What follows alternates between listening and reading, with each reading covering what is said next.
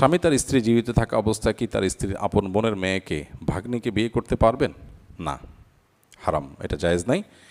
একটা মূলনীতি বলে রাখি, সেটা হলো এমন দুইজনকে বিয়ে করা যাবে না, একসাথে বিয়ের অধীনে রাখা যাবে না, যাদের একজন পুরুষ হলে আবার একজনের সাথে বিয়ে করা জায়েজ হতো না। এটা একটা প্রিন্সিপাল, মৌলিক নীতি। যেমন যিনি প্রশ্নটা করলেন, খালাকে বিয়ে করেছেন, কোনো মেয়েকে বিয়ে করেছেন, ওই মেয়ের ভাগ্নি বোনের মেয়েকে বিয়ে করছেন। তা বোনের মেয়েকে বিয়ে করতে যদি চান, সেকেন্ড ওয়াইফ হিসাবে যদি কেউ করতে চান, জায়েজ নাই। কেন জায়েজ নাই?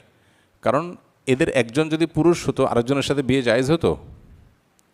মনে করেন ওইটা ভাগ্নি জায়গায় যদি ভাগনা হতো, বোনের ছেলে হতো, খালার সাথে বিয়ে জায়েজ নাই নাকি? তো এই জন্য এমন দুইজন নারীকে একই সাথে স্ত্রী হিসাবে রাখা জায়েজ নয়, বিয়ে করা জায়েজ নয়, যাদের একজন পুরুষ আরেকজন নারী হলে তাদের পরস্পরে কি হতো না, বিয়ে জায়েজ হতো না।